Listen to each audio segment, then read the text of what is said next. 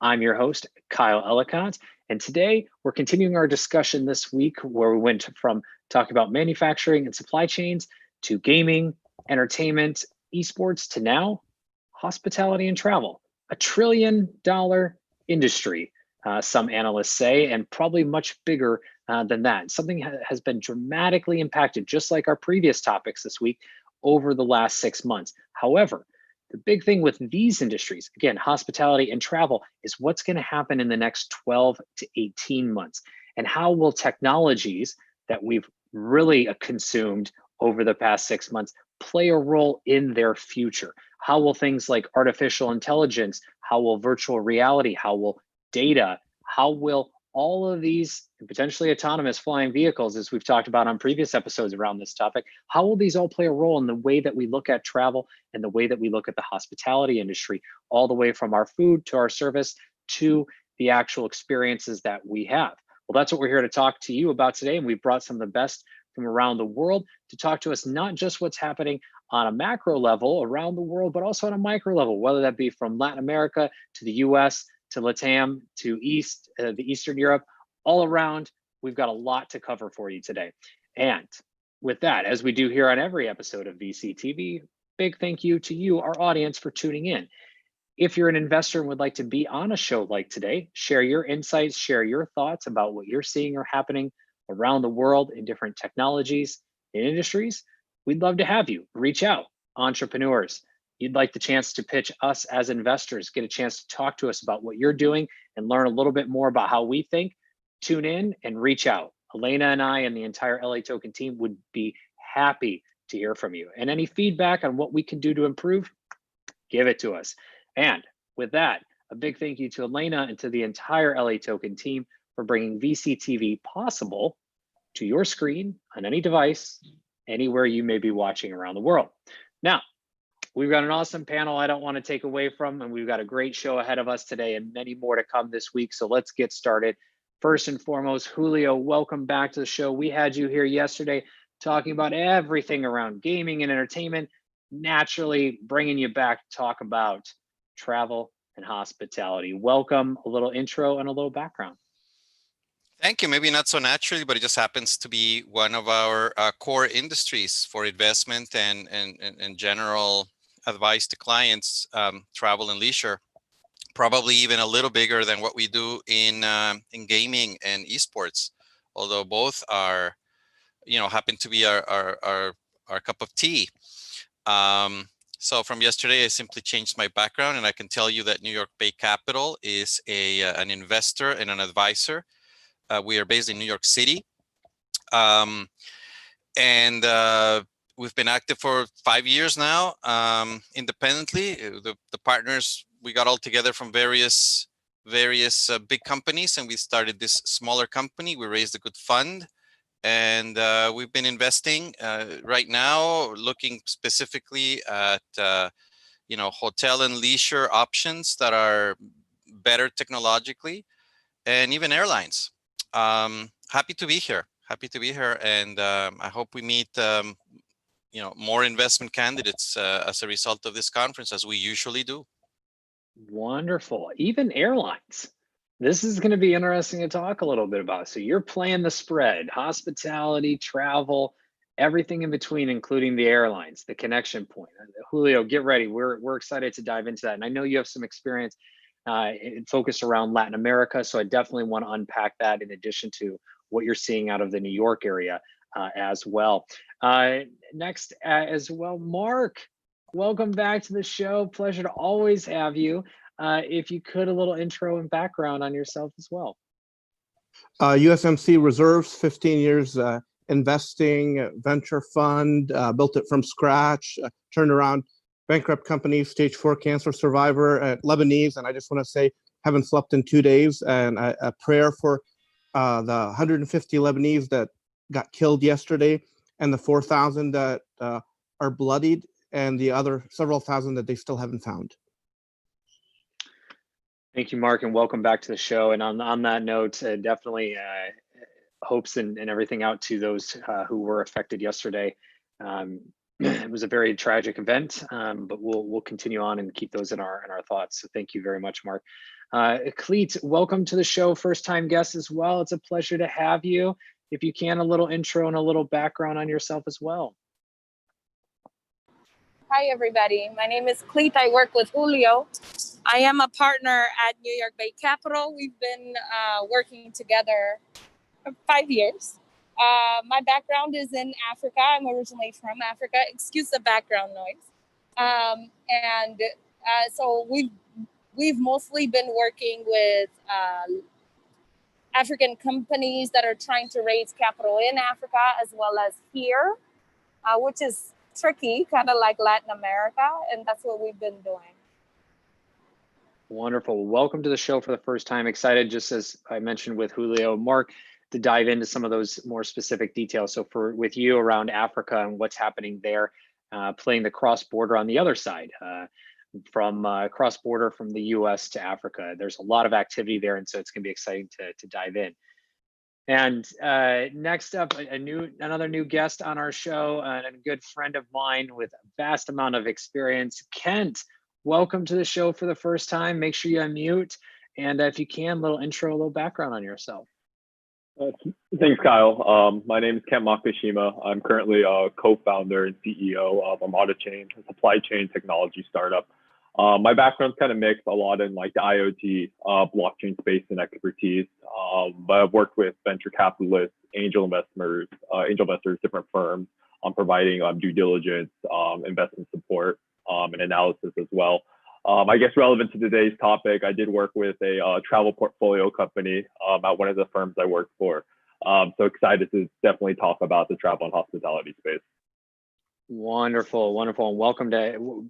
Happy to have both you and Cleet today as our new guests. And last but not least, my second half, my other co-host, as Mr. Gary Fowler is not on today, so I am happy to announce and welcome back Noble. For those few people that don't know how good your fashion advice is, please give a little background, a little intro on yourself, and we'll go ahead and get started from there.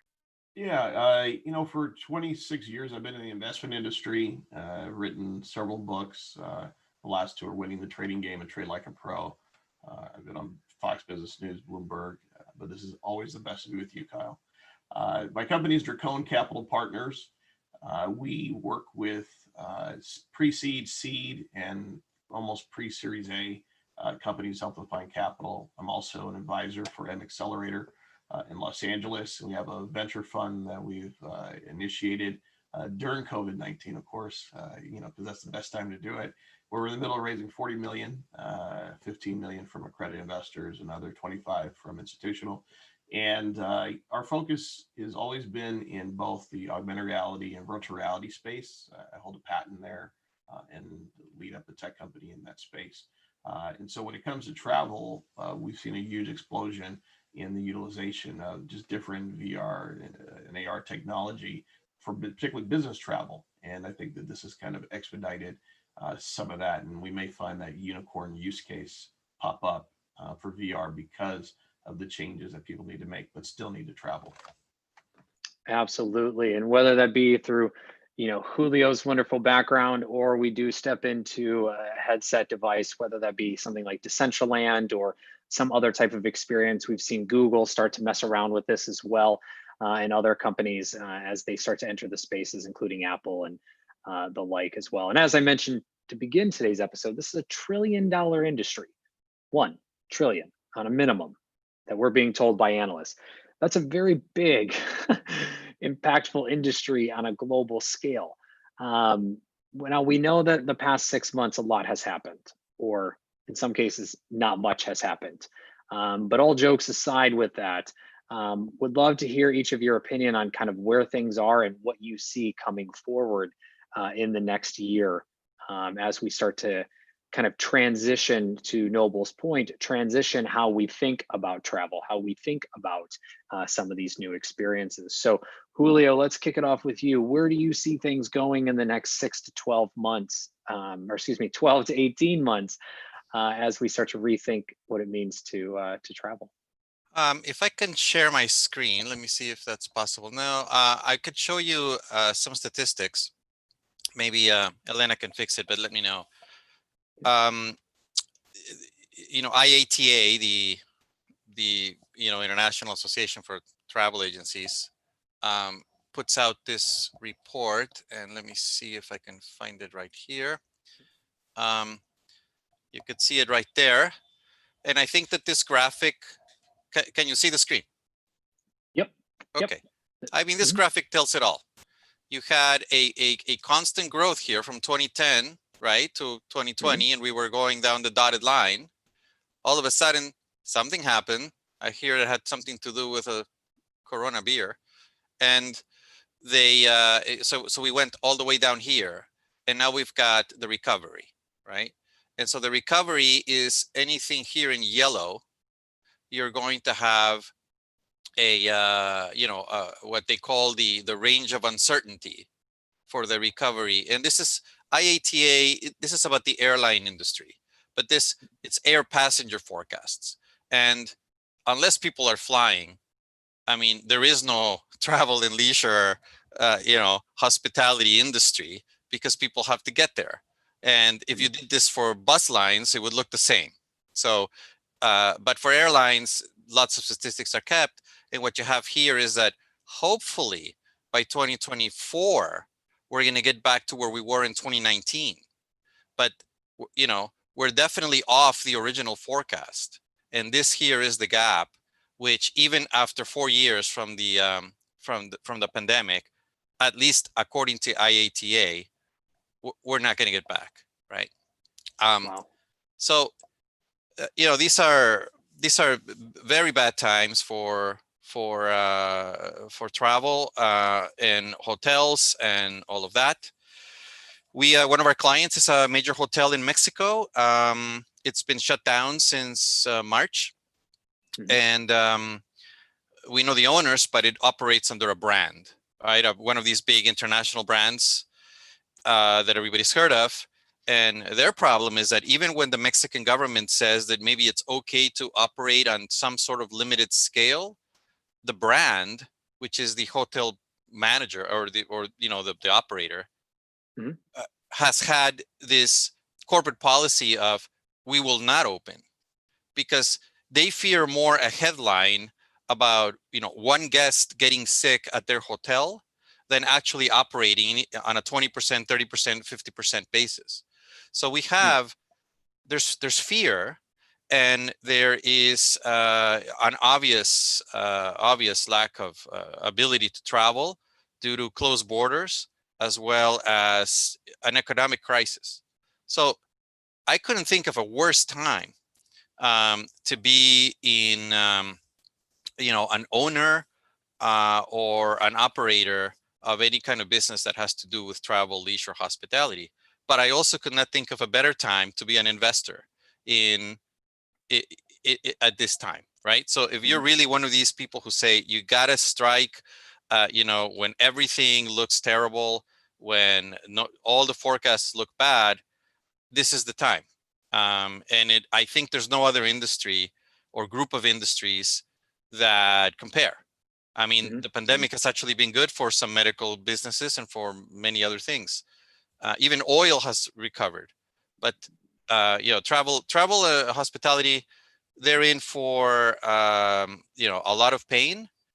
But if you can invest today and you can wait 1, 2, 3 years, you could see that the slope of that thing I showed you was pretty steep, even though we went down to such a low level that the growth from the low point this year to 2024 is much, much steeper than anything we had before.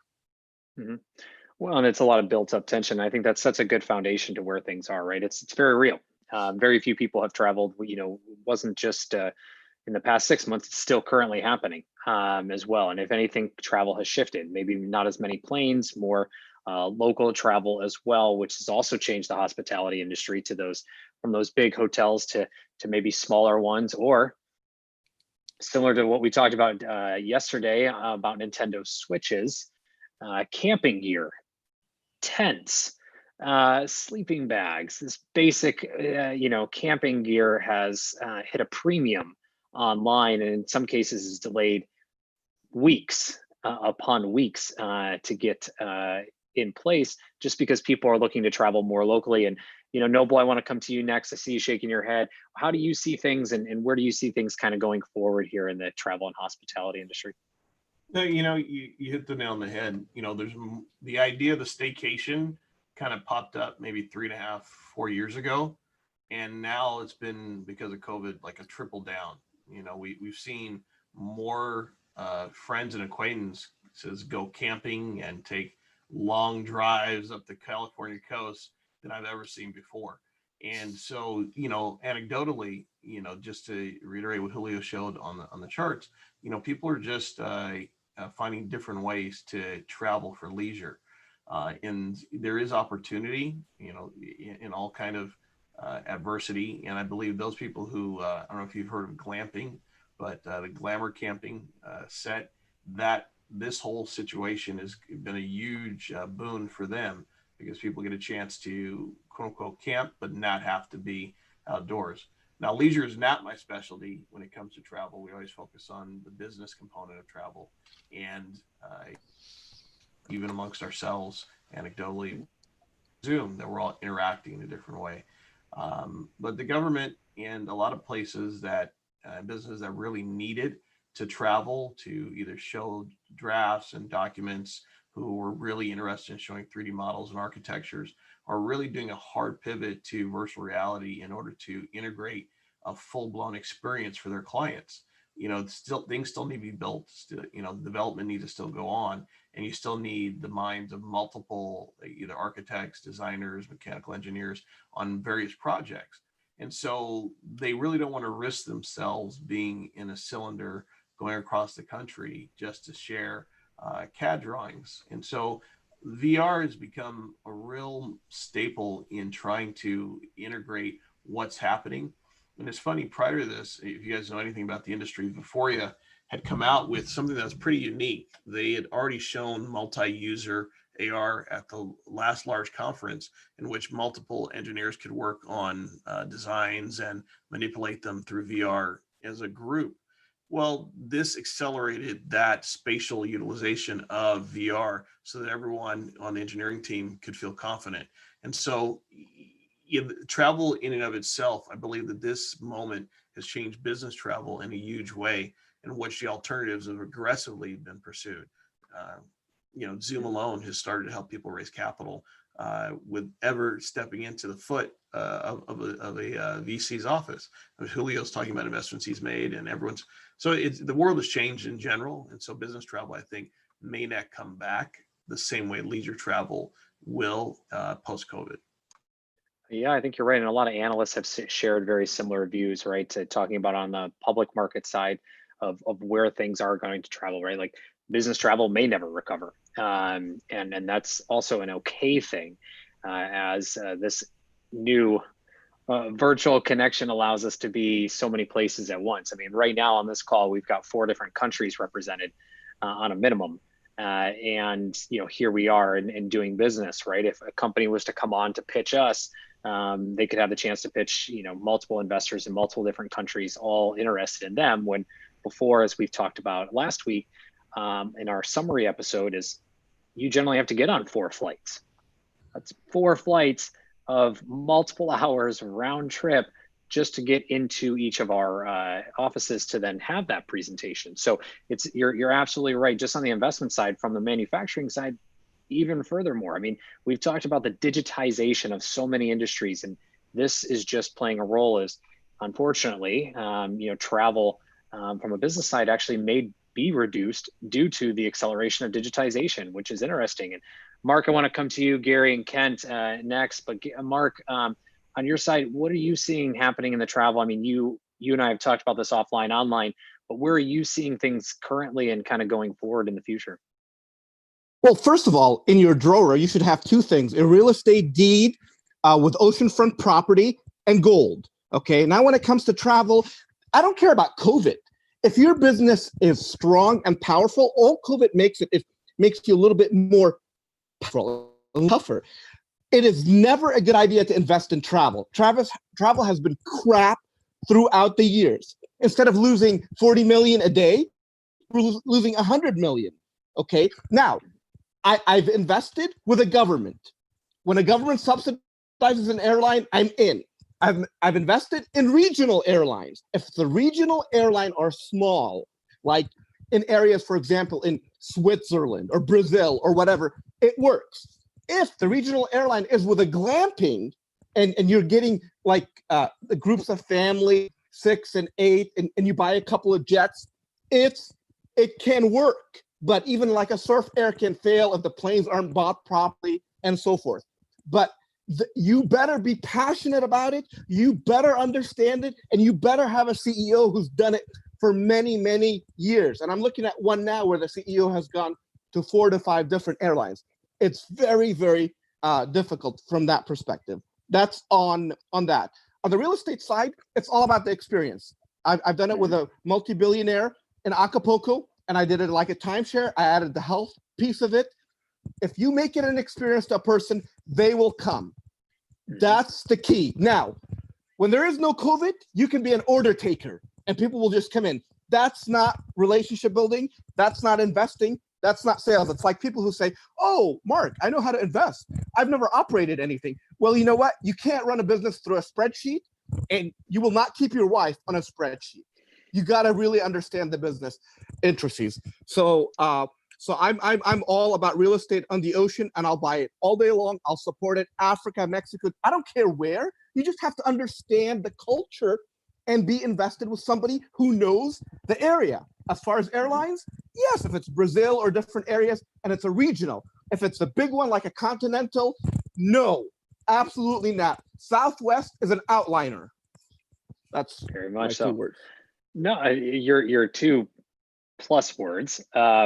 Just teasing you, but yes, your point is very valid. Is, you know, travel can be very cynical. It's more goes down to that experience, right? Getting from point A to point B is just a part of the experience. There's so much more that plays a role. Gary, I'm coming to you last because I think there's a big piece I'm leading up to. It's the new electricity, if you will. Nonetheless, Kent, I do want to get to you here next, but again, Mark's point is so accurate. You know, you can't live on a spreadsheet. You can't build a business just solely and run it on a spreadsheet. Spreadsheets are easy to tweak and make things look perfect. So when it comes to any industry, whether that be travel or otherwise, get out from behind the spreadsheet and actually experience what that industry has to offer, because things can change very vastly. Kent, to you, what are you seeing currently in the industry, and where do you see things going forward here in the next 12 to 18? Yeah, so I think at least from like the investment side, the initial shock of like coronavirus is like over. You know, we're back, you know, looking to make investments, you know, looking out, you know, the 9 to 18 months ahead to see, you know, what we do now, how it'll affect as the world kind of changes and shifts. Interestingly, it's, you know, I like to look at more of like tools instead of like the macro like environment, you know, like as we say, picks and shovels. You know, a lot of like infrastructure plays and platforms, you know, like Airbnb.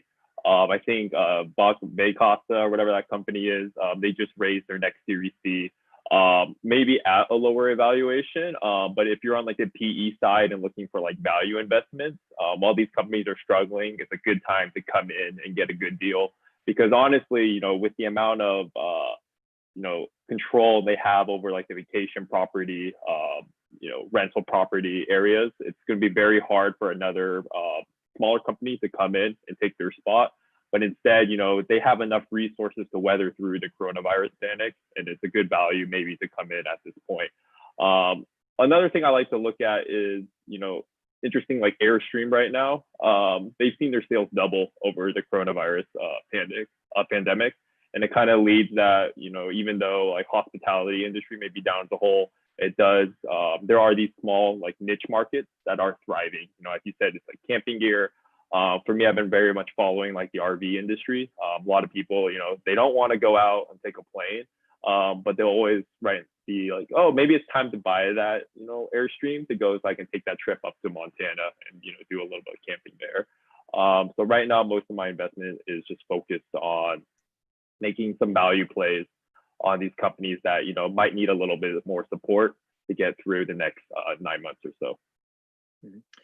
Hashtag van life is another part of that story. A big movement from the millennial Gen Z generation, but in all trueness, it's actually something that plays into the glamping space as these vehicles, once vans have been re-outfitted, spending anywhere from 20 to hundreds of thousands of dollars re-outfitting vehicles for the new travel. And in some cases, in some cities, these, kind of mixture between Airstreams and campers to passenger vans have been sold out.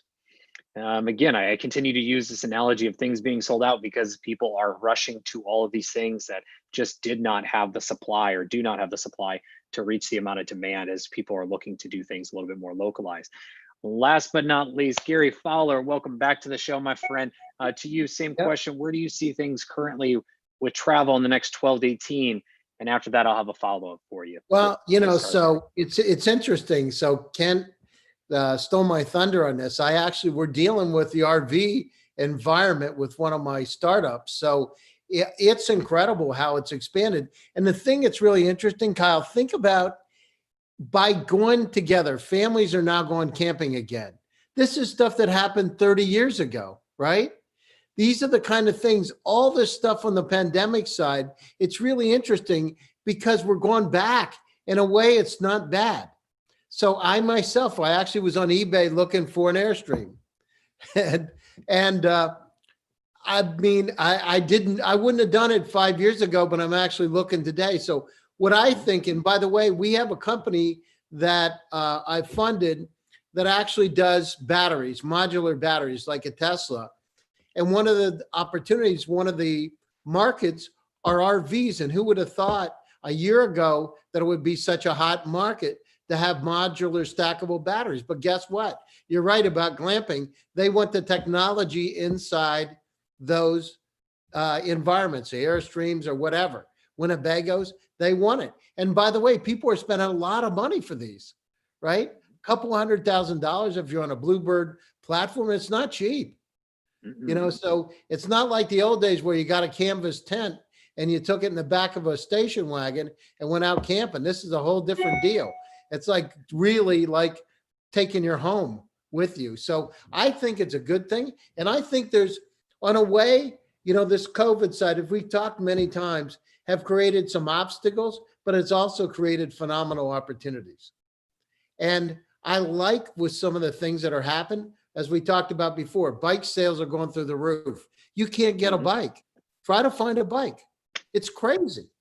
In many cities and many states, mind you. This is not singular. I was going to buy a bike shop a few months ago. I really, just for me personally, I've got 11 bikes. I wanted a bike shop. I went out. It's like the guy had no bikes. You couldn't even stock the place. Even if I wanted to buy it, you couldn't get an inventory. Because why? People are putting in their glampers and going out camping with them. Well, just a quick sidebar. So funny you mentioned that, because one of the big trends that's popping around the investment community right now on the VC level is e-scooters or e-bikes. E-bikes. That e-bikes have now become an investable opportunity. When 5-7 years ago, when they started coming on the scene in various cities, there just wasn't a model for them. And now you're seeing this as an actual model that is taking off. To your point, people can't find regular bikes, so they're buying the electric bikes for either longer distance or opportunity. Kyle, I did 5 years ago. I bought an e-bike and people thought I was crazy. They were looking at this bike. I bought a Gen Z, a Mahindra. I bought two of them actually. And people thought I was crazy. I bought it out in California. Actually, I had one in Palm Beach too. But I'm riding around on the bike. I'll never forget. I went to the bike store I won't mention a name, but on El Camino Real in Palo Alto. And I went into my friend in there. He said, I would never buy a bike. Why would you want an e-bike when you can have a motorcycle? I said, because it's fun. Mm-hmm. And now I've got 5 e-bikes, I got 11 bikes, but I got 5 e-bikes. And the situation, you can't find them, right? And people want to get them. So I think this COVID thing now has really changed things in terms of the way we travel. It's changed things in terms of our lives and how closer we're getting back to that family environment. We've had to adjust a lot, and we're using technology. Did you see Apple sales are through the roof? Because people are buying Macs because they got to do Zoom. Yeah. It's, you know what I mean? It's like, keep it simple, stupid. And guess what? Chairs, try to find a chair, our desk. I've been waiting for a month and a half from IKEA for a damn desk. It's crazy, A funny sidebar, because we talked about this pre-show, so we're going to bring it up anyways. It plays a role in this. So back to, again, things being sold out. Camping chairs.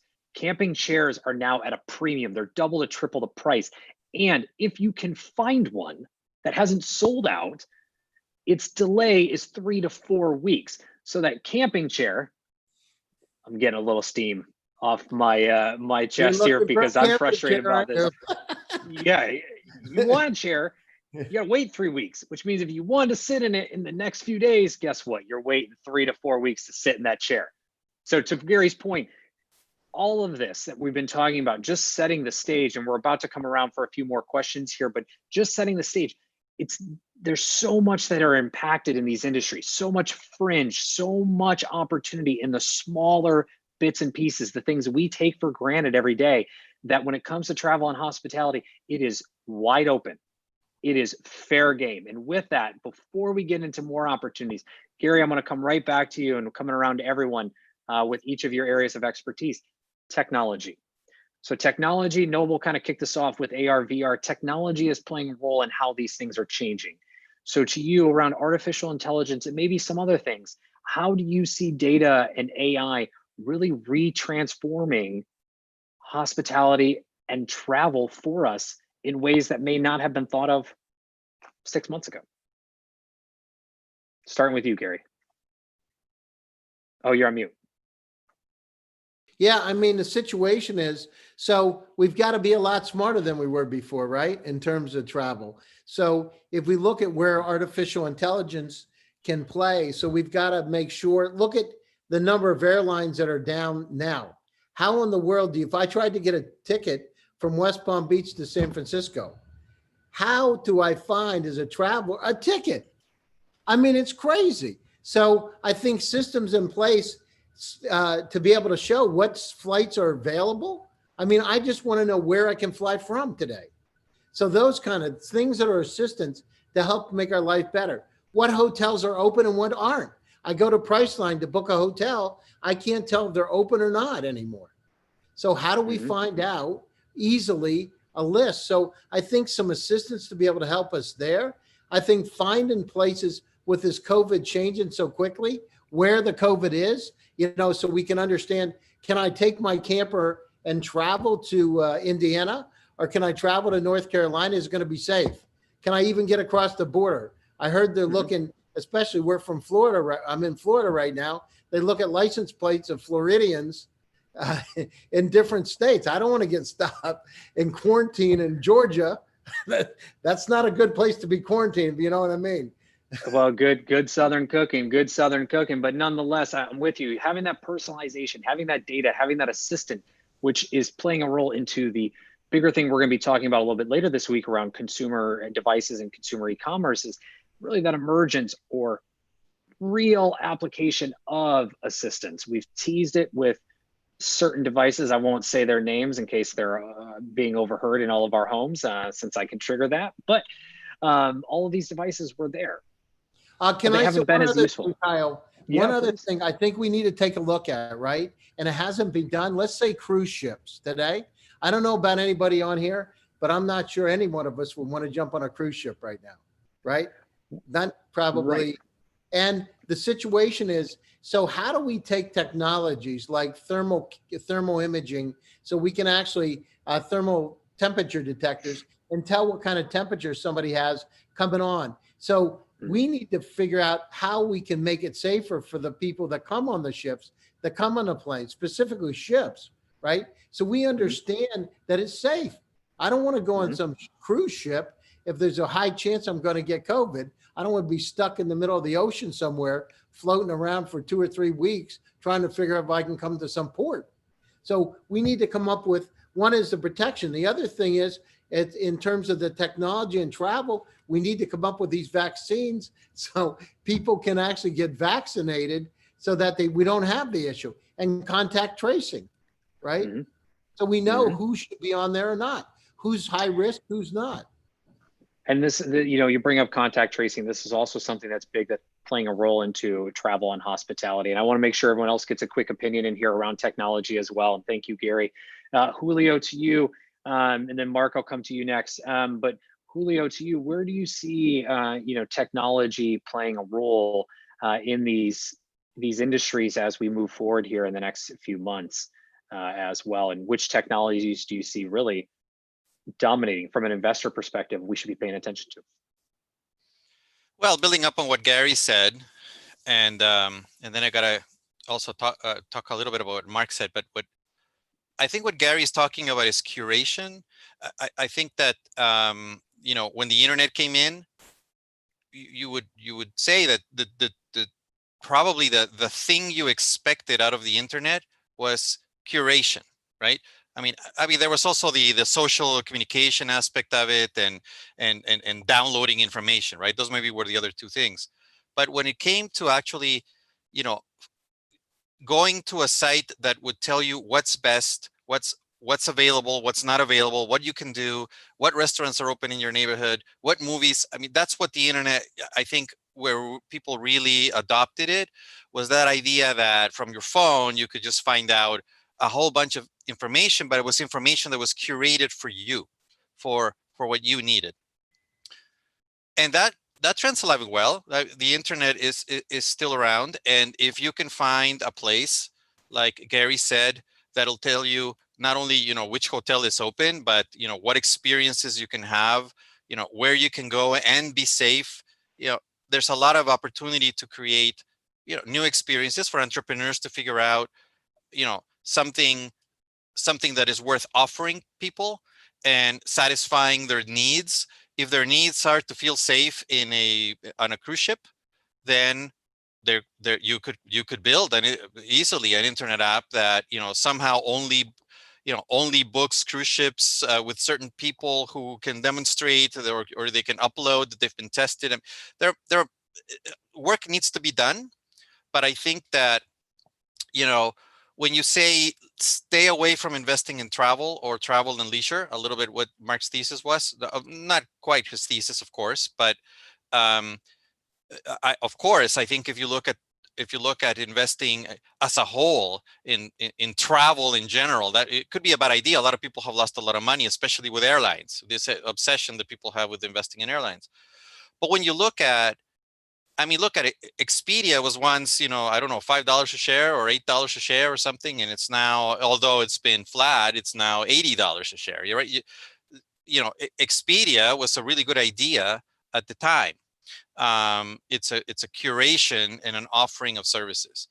So would love to talk to entrepreneurs who have a new or interesting way to package experiences, to cater to a specific audience, as well as to simply inform people, what's available and what's not available that meets their needs. I think that'd be a great investment.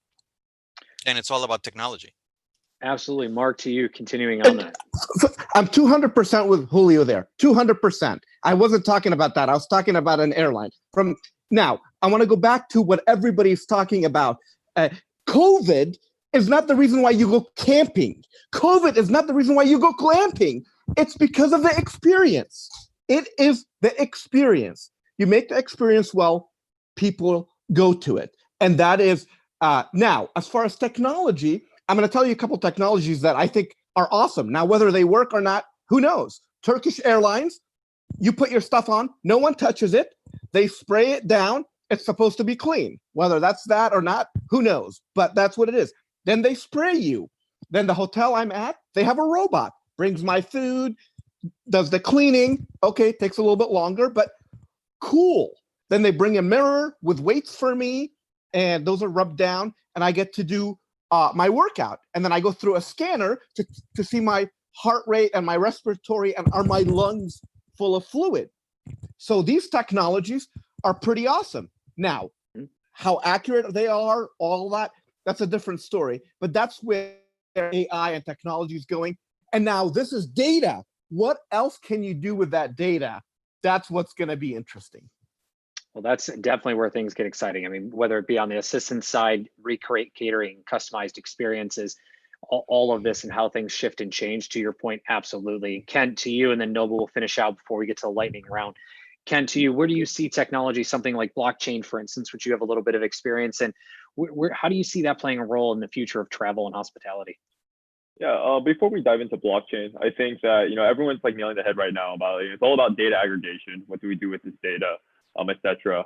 Dealing with a lot of like supply chain companies over the last couple of months. One of the Fortune 50 companies came up to me and like, hey, we're dealing with like 3x our normal like volume in the last 3 months than we do in a year. But we don't know where all this data comes from. As everyone was saying before, it's how are we going to gather this data successfully and manipulate it and analyze it like moving forward. I think there's a lot of opportunities in the space, and a lot of companies are looking more onto the data side now and investing in innovation than they were 6 months ago. Regarding the blockchain side, I can't say COVID has done anything like great for it, especially anything moving the hospitality space. I would say there's a couple startups that are coming around. They're like, oh, we can do like contact tracing, etc. on the blockchain. I don't think there's too much merit in that. That aspect very much how we looked at EHR records 2 years ago. So I can't say that there is any blockchain movement in the hospitality space, but everybody staying at home has done a big boon for like decentralized finance.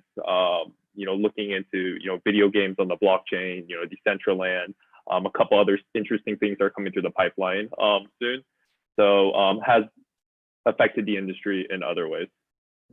Everybody's yield farming these days. We'll talk about that tomorrow, though, a little bit more, but just as a fun little tease. Noble, to you real quickly, how else do you see technology, whether that be AR, VR, playing a big impactful role? You've already kind of teed it up, but I would love to hear just a few more thoughts. And then we're coming to the lightning round as well. No, just the final part is the experience. I had a comment from what Mark said, and I thought he really hits the nail on the head. We right now are looking at a company that focuses 100% on medical tourism. They become curators of where to go with medical tourism, how to find the right doctors to perform, almost like I would almost say the Yelp of medical tourism, and then to be able to direct you to those 5-star experiences. The reality is there still is a huge disparity in expense for medical procedures globally. And, the gentleman who we're talking with, he is from India and moved to the US. And he said, I never thought that I would be sending people back to India to get the top medical care that they needed. And yet that's become a significant boom and has not stopped during the COVID crisis. In fact, it's actually been a boost for their business. So the experience is key. And at some point, in maybe another discussion, we got to talk about medical tourism because it's a huge impact. In a big way that makes 100% sense, particularly now with the world just shrinking. So for sure, let's talk about that another day, Kyle. But yeah, that's just to talk about, Mark. That was it. That was the key number one experience, and it's something like a $7 or $8 billion industry. I mean, look, I think we'll kick off the lightning round. Quick thoughts on what this all means, because I'm seeing both Mark and Julio agree with you and throwing thoughts left and right to us. So audience, I'm going to give it to you so you get the impact. And then Gary, Kent, I got a quick question for you before we come to the final. So Julio, super quick, and then Mark, your quick thoughts as well on the idea of medical tourism and now what's happening here in these markets as we start to shift. Julio first. Well, the best investment is when you can find 2 or 3 big trends and they're all coming together, right? And you're killing one bird. I mean, one bird with 3 stones, three birds with 1 stone. You've got the medical problem, which nothing. What else can we say? Do we have a medical problem or don't we? Right? Well, of course we have a medical problem. Do we have a medical costs problem? Do we have a medical, inefficiency problem? Do we have a very unfair medical system? Yes. Okay. Number 2, you've got you have different medical systems in different places, and there are many countries with a lot of great doctors, but not enough patients or not enough paying patients, and you've got the income discrepancy. All of these trends, and I could go on, are screaming for curation of medical experiences. We have an aging population. I mean, you could just keep adding trends to it, and you're going to get to the idea that medical tourism is the thing to be focused on. And you could put them all even on a cruise ship. If you want to save the cruise ship industry, you can make cruises, hospital cruises. I mean, we're all going to get sick at some point of something. We're all afraid of getting sick. We're all getting older. And if you're talking about medical tourism, and with our background here at New York Bay Capital on Latin America, on Africa, places like that, it's something waiting to happen. And I'd be all for one way or the other, investing in that entire concept. I don't know about you, but I feel like I'm getting younger. Hanging out with all you guys, I feel like I'm getting younger. Audience channels us. We're feeling younger, but I joke, but I do agree. Mark, quick thoughts as well on furthering that on what Julio said. As I like to always say, I like to give real examples. $8,700 to tighten your chin in Beverly Hills, okay, and they'll just tighten it. You go to Turkey, it's about $7,500, and then if you need other work done, they will just do it part of the procedure, and the hospital is more beautiful and more relaxing than in Beverly Hills. It's a no-brainer if you want to do if your neck, your shoulder, your boobs, your whatever, okay? You want to do it at a foreign country. The doctors are just as good. They're just as caring. And it's about 70% cheaper. Sometimes 50, depends on what you want to do, and et cetera. But it is amazing. And they're backed up. They are backed up. These doctors are buying mansions, et cetera, and they're awesome. It's there. Now, as far as the boats, yes, and as far as the from the boat standpoint, I've been thinking about this. Think about a ship where you only have 10 to 30 people, where you do some social distancing, but you do some bonding, and you go fishing or whatever, and you go to Italy, different places, so you can do it without coming, 3,000-4,000. You're absolutely spot on, and I don't think there's anything else more to add other than the fact that with Noble's experience in AR and VR, that now plays a role in the idea of telemedicine and telesurgery. We'll just call it that term for right now, and that really the best. And we talked about this around education, as well as that the best of the best soon, no matter where they are in the world or where you are in the world, you can still get that treatment. You can still get that care. So when it comes to travel and hospitality, you may be traveling, you may be glamping, maybe on a boat, maybe hanging out in your RV with your e-bike. But nonetheless, you can still get the care and be taken care of by one of the best anywhere in the world at any time, no matter what it may be. So definitely very interesting to watch, and something that has been accelerated with the digitization of the past 12 months, not just 6, past year. Things have changed dramatically in that industry and will continue to go forward. Gentlemen, we are at the lightning round. We're coming here for closing thoughts. I would love to get each of your thoughts as one piece of advice to investors and entrepreneurs looking to get into this industry. Closing thoughts, and where can everyone find you? Kent, we're going to start with you. Piece of advice, any closing thoughts, and where can everyone find you online? Yeah, I think just general thoughts is that, travel industry has taken its hit right now. That doesn't mean that there aren't good value investments to be made, especially to come in to, support them and thinking, out 9 to 18 months, in the future. Easy way to chat with me. Twitter's the best, at Kent Magashima, first, last name. Best way to reach me, and I'd love to chat there. Wonderful. And thank you again for joining us today, Kent. Julio, to you. Advice, closing thoughts, where can everyone find you? For an entrepreneur, just please check that you're original. Just please check that you're original. And if you have an original idea, I believe you will find funding. At least you're checking 5 boxes right there. Many people have businesses, they don't check that their idea has already been developed somewhere else. So as long as you're original, you're welcome to reach me. I just put in an email on the chat where you can reach us. Awesome. Mark. You won't find me in jail, and you will not find me in a bar. You will find me in a pet store. You are lonely. Adopt a pet. Adopt a dog. and invest in pets. Invest in pet nutrition. That is an easy investment, and that is going to blow up more than anything, including AI. Bold statement. However, to back that up, the pet industry and the amount of money people spend on pets every year is multiple billions of dollars. It is an industry to not be forgotten, whether that's from pet food to pets themselves or to pet accessories and technology playing a role, including AI in their lives and our lives as well. So do definitely check that out. I'll support Mark on that. We'll see how it plays against AI, but nonetheless, it definitely is a big industry. Noble, to you, advice? Closing thoughts? I can only, Gary probably has something to say, but I can only say to Mark, who's going to watch all those pets when people go back to work? So it will be AI, just to let you know, and they'll be using VR to watch them. But there's a lot of people getting pets. I love it, man. 3D pets. There are a lot Here of they people come. getting pets that don't need pets, right? They should never have a pet. But that's a whole nother story. But just my closing thoughts, I like to, I'm a little bit different than Julio. I don't think that someone has to be a completely 100% original, but they have to be really solid in their execution. There's a reason why, there could be, I believe there could be multiple hamburger stands. I believe there could be multiple, we, in the US, we always say there's always going to be a top three.